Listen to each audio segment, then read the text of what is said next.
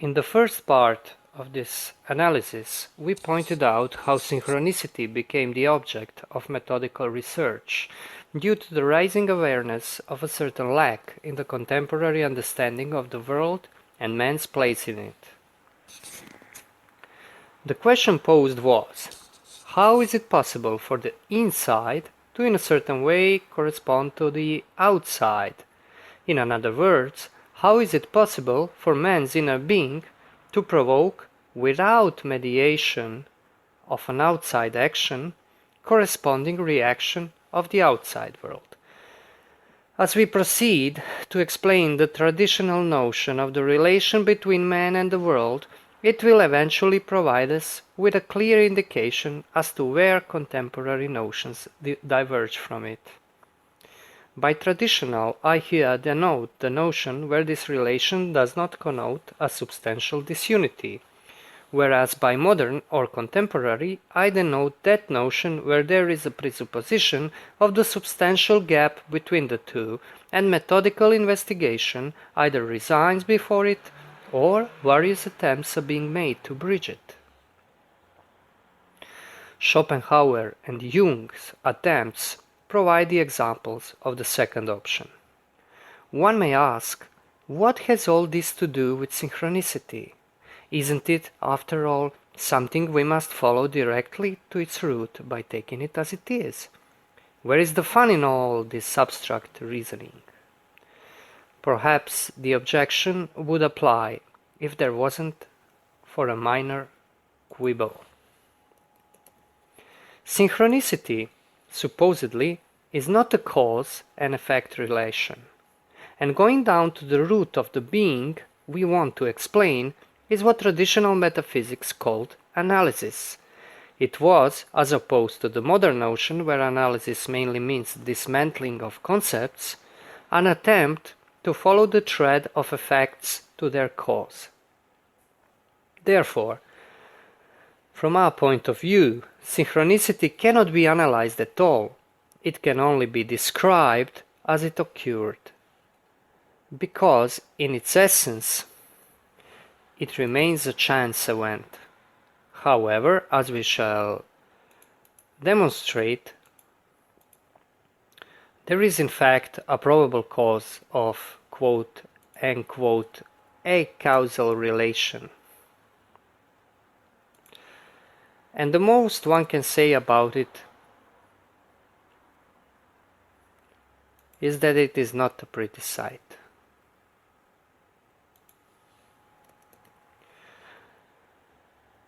A synchronicity, quote unquote, wondrously demonstrates that the world, understood as an aggregate of chance events, somehow responds to the acts of will. Then this cause has to be something intrinsic to human being, because modernity does not admit any other rational agent. However, both Schopenhauer and Jung claimed that it is not to be sought after in the realm of conscious choices, but deeper, somewhere below the surface of both man's awareness of himself and the world. Therefore, investigation of synchronicity in modern terms would be an act of regression. The question of why this is so presents us with the necessity to lay out the summation of traditional view of metaphysical knowledge, i.e., knowledge that goes to the root causes of things, not by dismantling, but by penetrating and pervading them, or, which is the same, letting the knower assimilate to the thing known. The other necessary distinction is the very notion of the relationship of cause and effect, that either ruled the metaphysics or was at least significantly present until the advent of modernity. This relationship can be summed up in the principle according to which effect proceeds from the cause, remains in it, and returns to it. While it may seem strange to modern mind, it is in fact probably the best intellectual path, making possible the talk about things like fate, providence, or purpose. not only of the life of individual, but also of the universe itself. Anything less can lead only in the wrong direction, because, as opposed to modern attempts to trace meaningful connections in the world, it doesn't lead into regression, into that which lurks below, but straight on the path of progression, towards that which resides above. Both of these principles, i.e. substantial unity of intelligence and the world, on the one, and substantial unity of cause and effect, on the other hand, inevitably presuppose that the nexus of connection is on essential level not material. Assimilation of knowledge and the thing known, as well as the recurrence of offspring into its origin, is made possible by the fact that they are, in their respective essences, not material bodies.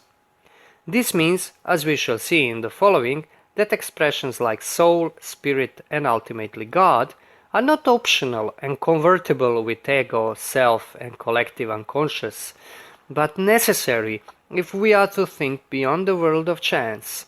Attempts to obfuscate this, and it is something that plethora of modern thinkers of Jung's ilk did, end up in invoking precisely the opposite of that which was supposedly sought for. The presupposition of meaningful connection between events is based upon the claim that there is a rational agent acting upon them and or that the events themselves are intrinsically rational. In our time, rationality is understood in the reductionist sense of the reflection of material world through mind constructing concepts that approximate the quote-unquote state of empirical facts, i.e. objects of five senses. However, this is not the way how rationality was originally understood, and it is by no means the way the most people understand it even today. In the traditional sense, thinking is understood to be an activity of extracting the intelligible structure of things by assimilating to it as much as possible, and only then engaging in the process of methodical reasoning, i.e.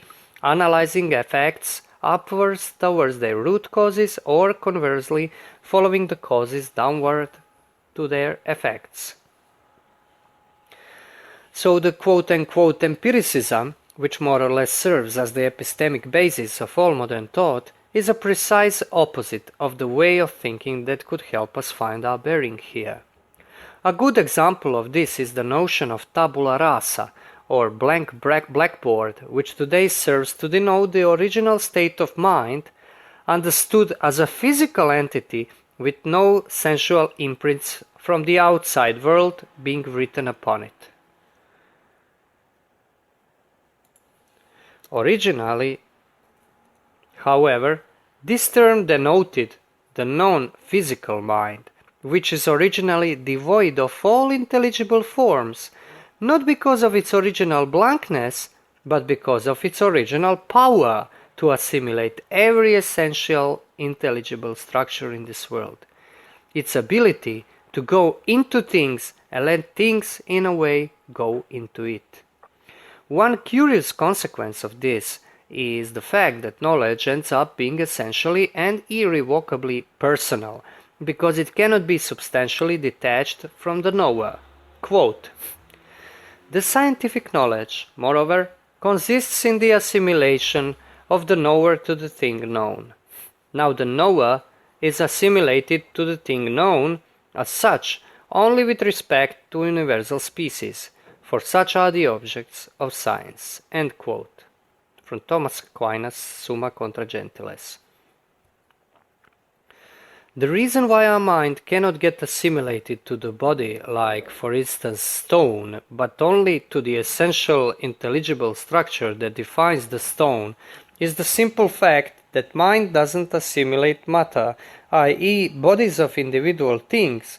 The structure that can be assimilated to, however, is the reality itself, and this reality always touches us on the deepest personal level.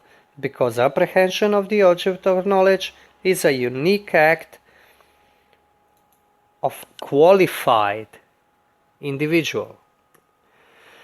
While the modernity observes man as an individual primarily defined as such by the actions of its body, traditional thought sees him as a body qualified and thus differentiated from others by the act of his soul.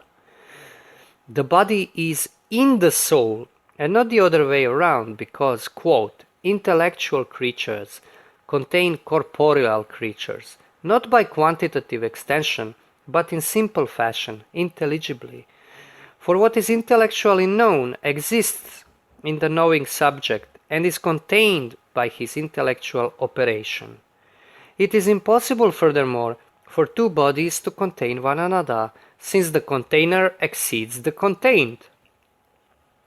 Yet when one intellect has knowledge of another, the two intellects contain and encompass one another. End quote. Thomas Aquinas, Summa Contra Gentiles, again. The reason why we are so accustomed to speak of soul as something in the body is the fact that it effortlessly pervades bodies. As opposed to two bodies touching by their respective quantitative extremities, the body is affected by the soul in the sense, quote, we say that a person in sorrow touches us. Since contact of power, which appertains to intellectual substances, extends to the innermost things, it makes the touching substance to be within the thing touched and to penetrate it without hindrance. End quote. That is, through the power of its activity and not its physical properties. The simple distinction makes for the world of difference because if we reflect upon the fact that the true subject of synchronicity should be quote-unquote psyche, then we must point out that this psychological or psychoanalytical notion is a complete opposite of the traditional notion of the soul as described above. As opposed to soul, the psyche of Jungian psychoanalysis is the sum total of interactions of physical factors in the organism and its environment which develops consciousness, i.e. primarily an ability to reflect upon itself and create a stable I or ego.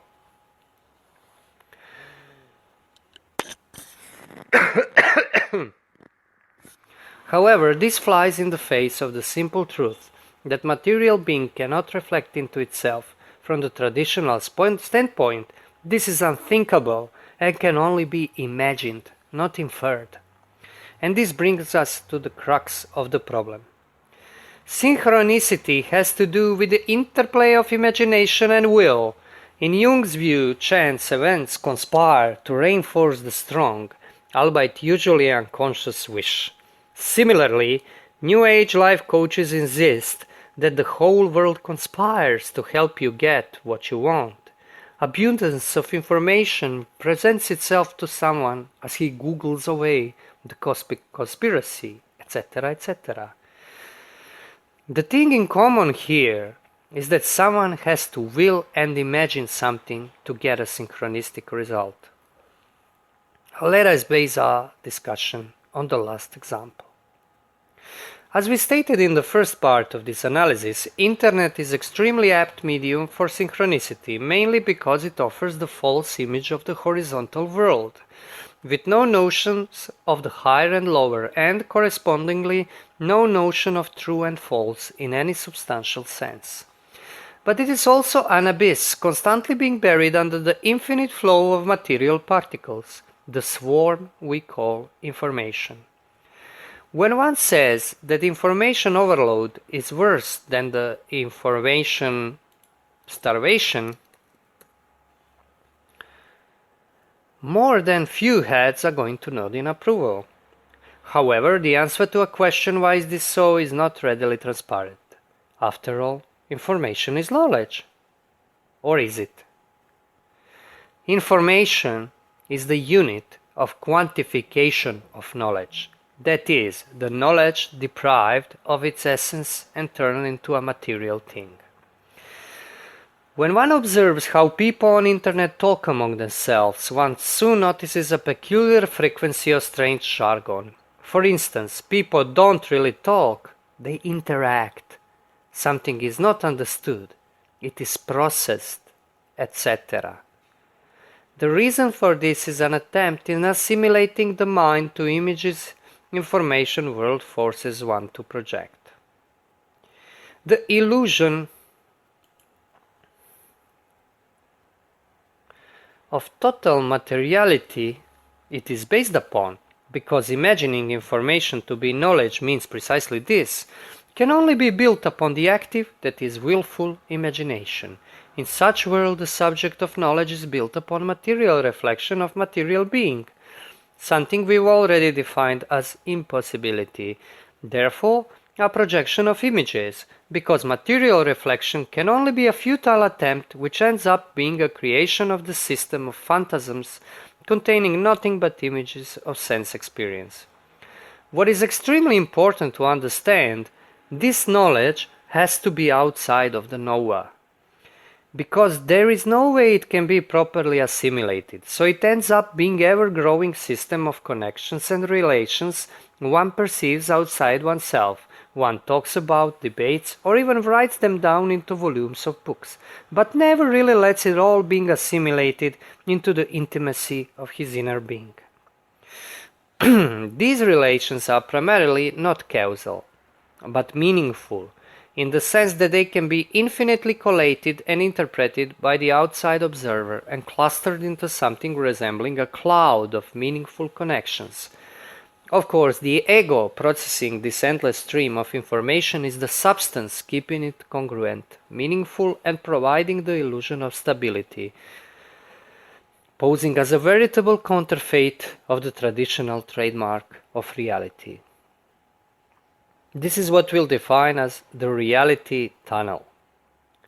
And the knowledge both building and trying in vain to understand this reality tunnel will define as consciousness. Its only stable subject is ego. Sadly, synchronicity in this context denotes the moment when the walls of reality tunnel start closing in on its builder. There is an intrinsic need to unify the information and create a big picture. That is to say, to in some way accomplish the ersatz of the proper intellectual process of assimilation by use of will and imagination. Intellect cannot be applied in this operation, but only imitated, because its proper assimilation to its object necessarily pushes into ever more narrow and ever more unique direction towards the primary cause. As the effects in non-material sense of the word do not leave their causes, because the power of the primary causes is not material but all-pervading and omnipresent, they provide the intelligence with the opportunity to follow them back to their origin in the sense of power keeping them in the existence, i.e., keeping them clearly defined, differentiated from other beings, and connected with them both in horizontal and vertical way. This kind of knowledge is simultaneously a path upwards and downwards. The first cause makes possible the existence of what comes after it in causal relation, as well as the knowledge of it, whereas at the same time the thinking is ascending to it by assimilating to its effects. In the end, what we end up with is the world where question of the relation of man's inner being towards that which is outside him is utterly meaningless. The discovery of truth is made possible by the existence of the world, which is intrinsically revealed as meaningful, and man who is originally assimilated to it by virtue of his immaterial power of actualizing the various causal relations in his innermost self. However, as he is not, and never will be, their cause, he cannot take them in any other way but as they are. As opposed to this, having the totality of information transparent for one's observation would mean being in possession of total system, or, which is the same thing, total quantity of knowledge. It would mean consciousness was able to reflect upon everything and to acquire an image of everything. This is, of course, impossible, but it is nevertheless necessary cognitive trajectory of someone dwelling in the reality tunnel. There is a compulsion to process that which can be freely assimilated to.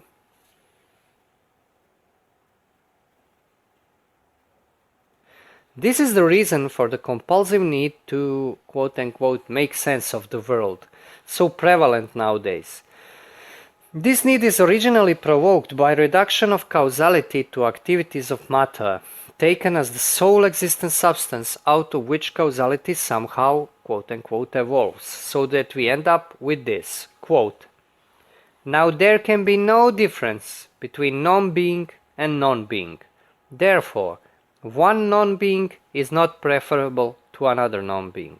In nothingness, no difference of moments can possibly be assigned, so that a thing should be made in one moment rather than in another." End quote. Summa contra gentiles. The only way, as Jung unintentionally but quite aptly demonstrated, to extract some kind of meaning from this is to invoke quote-unquote a causal connection and make it dependent on the activities of individuals' quote-unquote psyche. Schopenhauer stopped one step short of the abyss when he posited the transcendental will, which preserved at least the formal structure of metaphysical order, where there is a higher, albeit also subjective principle, which can account for the diversity of the world and not sink it in the pure nothingness. Moreover, this also left him obliged to affirm the meaningful conditional relation between man and the quote-unquote outside world as eminently a moral and an aesthetic one. The question is not the one of realization of man's will in the free play of synchronicity magic, but the fulfillment of his destiny in the sense of finding one's place in the great scheme of things. Quote-unquote, great scheme of things. In Jung's notion, which is in its peculiar way quite congenial with what we get with other hierophant of nothingness, Martin Heidegger, we end up with the solution of any conceivable mode of diversity brought about by gradations of causality flowing from the first cause, the goodness, beauty, and truth of the world. And what remains is a egotistical task of self-realization, which is inherently meaningful only in the subjective and finally sub-subjective way of dissolution of ego into nothingness. All that talk about archetypes, dynamics of the psyche, and its deeper levels has only one end, the dissolution of the substance of matter. And it seems that it is fairly natural that this downfall in the deeper levels of delusion, because the very idea of pure matter mirroring the pure ego is a real, substantial delusion, no less delusional because it is real, is being accompanied by synchronicities. The reason for this, as it seems to me, is the fact that advance of chaos is heralded by the increasing intensity of meaningful accidental connections that, however, have meaning only for the one isolated individuum experiencing them. And let us not make mistake about it. It is an experience, a real illusion or illusory reality, quite capable of recreating the world for the isolated consciousness. The very fact that our minds seem to be pushed in the opposite direction of this train of thought, i.e., they are unable to conceive it, only serves to reinforce the point and to demonstrate that the process of absolute materialization and further dissolution of thought is in fact unthinkable and therefore impossible. It resembles a dream, as Schopenhauer to some extent rightly stated, but a dream that can go on into infinity. The world conspiring to accommodate the dreamer's will does so by dissolving into chaos, which is not the simple severing of all meaningful relations, but the overload of meaning, where every relation is freely correlated to another, and so on unto increasingly nauseating infinity. It is interesting to note how this process of unthinking seems to be an ideal with a definite political superstructure. We've already pointed out the chaos magic as a method of choice of contemporary identitarian movements, and Jung's theory of acausality as the metaphysics taken up by the most radical system of postmodern Satanism. The reason for this is probably that politics or ideology are an attempt to give form to the formless and try to implement what cannot be implemented.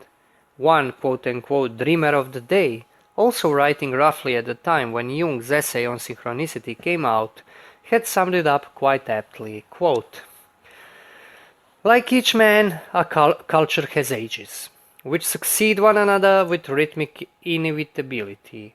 They are laid down for it by its own organic law, just as the senility of a man is laid down at his conception. This quality of direction we call destiny. Destiny is the hallmark of everything living. Destiny thinking is the type of thought which understands the living, and it is the only kind which does. The other method of human thought is that of causality. This method is inwardly compulsory in dealing with inorganic problems of techniques, mechanics, engineering, and so on. The destiny idea is the central motive of organic thinking." So you don't have only organic food, you even have organic thinking. My. I continue. "If anyone thinks it is merely an invisible causality, he understands it not. The idea of causality is the central motive of systematic or inorganic thinking. Destiny thinking and causality thinking are related to one another, however, through their common provenance. Both are products of life. Even the most inorganic thinker or scientifico, the crassest materialist or mechanist, is subject to his own destiny, his own soul, his own character, his own lifespan, and outside this framework of destiny his free, unbounded flight of causal fancy cannot deliver him. Destiny is life, but causality is merely a thought method by which a certain form of life, namely culture man, attempts to subjugate all around him to his understanding. Thus, there is an order of rank between them. Destiny thinking is unconditionally prior, for all life is subject to it, while causality thinking is only an expression of a part of life's possibilities." End quote, Francis Parker Yockey, Imperium. This passage from a leading post-Nazi thinker sums up the despair of the modern man who, by rejecting the reality of mind undetached from reality, embraces the warm boiling of imaginary primordial soup, out of which we are supposed to believe emerge the forms that are seemingly not purely material, but are in actual fact submaterial, the creations of feverish imagination brought about by the will of unbounded egotism. The idea that causality is a purely mechanical abstraction is an aberration stemming from the fatal decision to detach from one's own origin, and it ends up with a desperate attempt to fix the broken bond without making amends. For someone like Yockey, Jung, or postmodern conspiracy theorists, Aquinas' passages we quoted previously can only be the faint echoes from another world. Yet that another world is the world. In it the man is not and never will be a creator of neither its being nor his own destiny, but only the one who is sustained in it and driven to his destiny by the act of eternal power of love.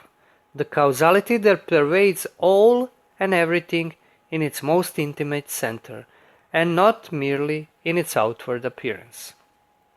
This is the source of the causality of meaningful connections and the root of destiny for the man who attempts to return to it by ascending and not descending the ladder of being. Or he can decide to up the ante and end up with this, quote, "For a long time, the nature of the left-hand path had been misunderstood. The traditional definition as magic used for personal, destructive and negative purposes is meaningless because it assumes a framework of moral opposites which does not in reality exist in relation to magical energies. All evolution of consciousness is a magical act, an expansion of the acausal into realm of the causal. From the traditional, moral or Nazarene point of view, by Nazarene this Satanist means Christianity, Christian point of view, all such an evolution of necessity becomes evil. It is unfortunate that for a long time this simple fact has been obscured by silly systems like Kabbalah, with its notions of dark side of the tree, meaning Kabbalistic tree of life. No dark side exists, because what actually exists is dark of itself, because it presents non-being." End quote. This is Order of the Nine. Engels from the book Naos, one of their textbooks. And it is, more or less, the final word about just where acausal connections and synchronicities lead. Putting aside these extreme cases that nevertheless represent the consequent trajectory of mindless thinking, we can conclude this analysis with some remarks on synchronicity as opposed to destiny. Destiny is first and foremost a morally qualified trajectory of person's life, which is completely unrelated to his or her everyday wishes or dreams, as they like to put it sometimes, insofar as it cuts through superficial aims based on imagination to fulfill the true end of person's existence. The very interesting question is why some people's lives seem to be rather random affairs, while others are clearly led towards a certain place in life, seemingly from no conscious decisions of their own. While we will not dwell upon it in detail here, one remark could prove enlightening for further penetrating this problem. Namely, the question of the same order would be, why do we know some things before we can explain them, and why do we know some ideas are wrong, although at the moment we encounter them, we can't find any basis to refute them? In both cases, the reason is that our conceptual knowledge is based on causality, which transcends our ability to fully conceptualize it into closed system.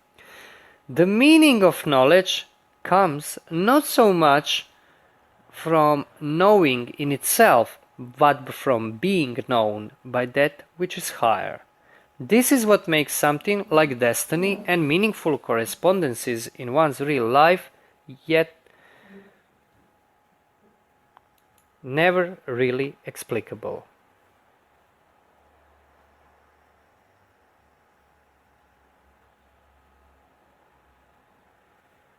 The